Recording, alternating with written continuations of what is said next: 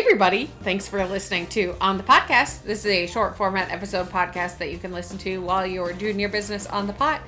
Or maybe it's Sunday and you have a whole bunch of chores to do. And on top of chores, there's yard work to start doing. And family's coming over because there's some sort of event coming up, so it has to be clean. You don't consider yard work to be chores? Yard work is a chore starting in like April or May. Yard work isn't a winter chore. Okay. So you take a break from that. Okay. So anyway, while you're grinding through vacuuming and picking up leaves and dusting and dishes, turn on an episode of On the Podcast and learn a little bit. And just suffer through it. I'm Katie. And I'm Liz.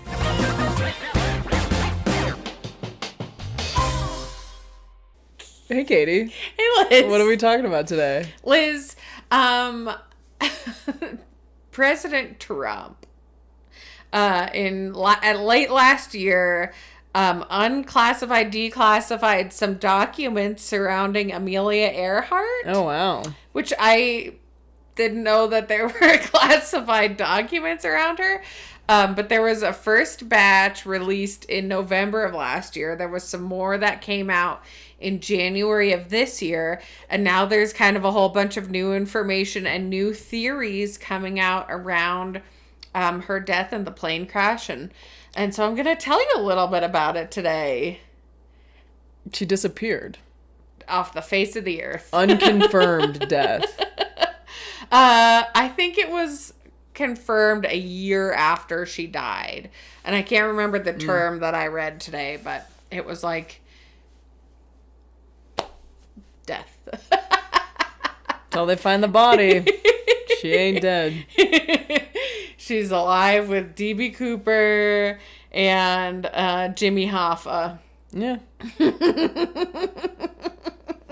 So anyway, these previously unreleased documents were news clippings and microfilms and unsealed FBI documents, maps, and some other records. But before we dive into all of that, I wanted to tell you a little bit briefly about Amelia Earhart, just so we could get a feel for her. So, female pilot, everybody knows that, but I wanted to go through some of her accomplishments because she had, and this was, truly just scraping the surface of what she did. So in October of 1922, she flew the Kinner Airstar biplane to an altitude of 14,000 feet, setting the world record for a female pilot. In 1928, she became the first woman to cross the Atlantic by air, and she was a passenger on that flight. She wasn't flying. She was just a passenger. Still counts. In 1932, she became the first woman to fly solo nonstop coast to coast. And also in 1932, she was the first woman to do a solo transatlantic flight. Yeah, and in that day and age, that was a big deal for any pilot. Huge deal. Yeah. And on top of that, be able to do this. And she went to college and she was well past her years of what she was doing with her life, which is super cool. Yep. Anyway, so the one that she is most well known for is the attempted flight around the world, which did not get completed, which started in June 1937 with her navigator, Fred Noonan. Flight started fine. Everything was great until things took a turn about a month after, on July 2nd, 1937. A month later? She took that much time in between? Well, to start the first leg of the trip. Okay. Yeah, so the trip had already started. She had gotten somewhere, and then, yeah. Okay. Crashed?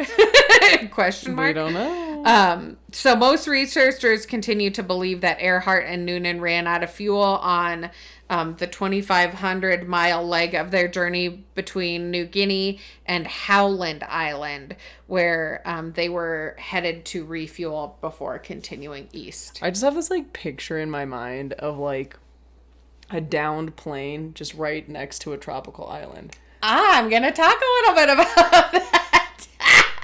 That's like in my brain always where I've thought like that's Amelia Earhart. She's just outside of she's literally next to an island. Maybe. With a plane with a tail just sticking out. Maybe. Okay. If you have a missing person that you want to find, call me. So I'll talk a little bit about some of the released stuff from the National Archives, and then we'll get into a few new theories as well. So according to the National Archives, the last communication with Earhart's plane was about 8:43 in the morning on July 2nd. The last radio log was with the Itsaka. She was that was the last ship that they had communicated with.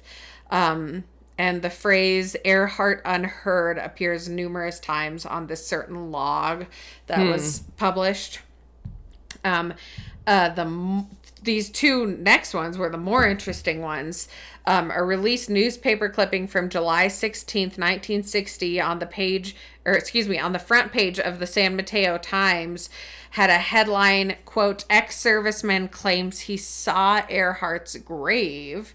And it was this former RB Sergeant, Thomas Devine, and he told the newspaper that while he was serving in Saipan, a native on the island showed him unmarked graves of two white people who, quote, "came from the sky." And he thinks that's their graves. That could be anybody. That could be anybody. Could be aliens. Yeah, that could be anybody. Another released newspaper clipping from 1970 relays an account from a researcher who said a former Pan Am employee had discovered evidence suggesting Earhart survived long enough to transmit a distress message. And that's I've heard that before. Yeah, so that's not the only distress message theory evidence that there was, because in days that followed, in 1937, there were reports of ham radio operators on the West Coast and as far inland as Montana picking up radio transmissions allegedly from the plane. Mm-hmm. Yeah, which I find fascinating and interesting. Yeah. If that's the reality. Yeah. That they survived the crash, or she survived the crash, or someone survived the crash and was trying to like radio back home. Yeah, and her calls were like ignored. I don't know. Who knows? Those radio calls were scrutinized though, when crews were sent to search the area.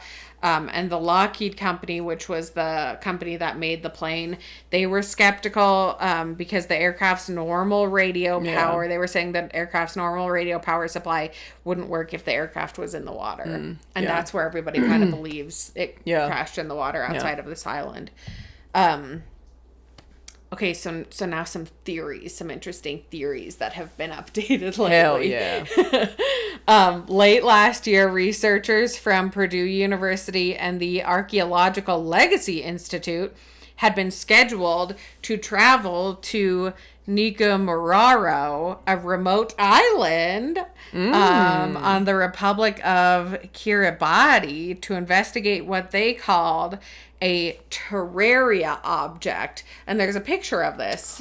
And it looks like a plane like not far off the coast of this island. Whoa. There's an aerial picture that has been in photos dating back to 1938. Did you look at those pictures? I've looked at the pictures. It looks like a plane. What? However, I will tell you that there was another instance of structures like this in aerial photographs that turned out to be rock formations that they went to look at. Yeah, I mean, we did a whole episode on Champ. Oh, mm-hmm. The lake monster of Lake Champlain. Yeah. Real or rock? That's all it is. Also, some other aviation experts claim to have searched that area without finding anything. So, who knows? They did not say what that structure that looked like a plane was. So, I don't know. Could be not. So Liz, along those same lines, there's a theory that they landed on the reef outside of that island. And National Geographic went there and kind of did some experiments. The theory is that the plane landed there, Noonan died, the plane floated away, and then Earhart lived for a few weeks on the island with no creatures except a 3-foot-long coconut crab to keep her company. That is such a bizarre theory. It's like, wait, it gets weirder. We came up with that because the great-great-grandson of that coconut crab actually told us all about a woman that their great-great-grandfather had made friends with. So they think this because in 1940, British settlers found 13 bones, including a skull, on the island. So they think after she died, the crabs ate her and then scattered her bones. And National Geographic did this experiment where they like put dead pigs on the island. The crabs like ate the pigs and then took their bones as far as 60 feet away from where the original they clean up after themselves. I think that's great. No, like what if they landed somewhere tropical? They're totally fine. And they're like, actually, this is like way better, because wasn't she from like the Midwest? She's from Kansas. Yeah. She's like, this is actually way better than like Kansas. Let's just not go home. We have no way to get fuel anyway. Like, let's just stuck there. We'll figure it out. We'll get a tan. You know, they just start a new civilization on this island. They just lived. Yeah, she and Noonan were in love. They raised a whole freaking family, and now there's some weird island with just ancestors of theirs that have just like, you know, procreated, and they run their own thing. So speaking of ancestors, do you remember? It was when we were in college / a little younger. There was the traffic reporter from Channel 9 who was named Amelia Earhart. Oh, yeah. You remember her? Yeah, she was like the great granddaughter. There were rumors of that. Turns out that's not actually true. Damn. Yeah, I interned with her and well, yeah, because the great granddaughter of Amelia Earhart is living on this island where they've just incested and they procreated, and they're best friends with coconut crabs. Living amongst these 3-foot huge crabs. Yeah. I just think it's fascinating that this story continues to have lives and grows and changes. Yeah. And new stuff is discovered. I love it. Almost 100 years later. I love it.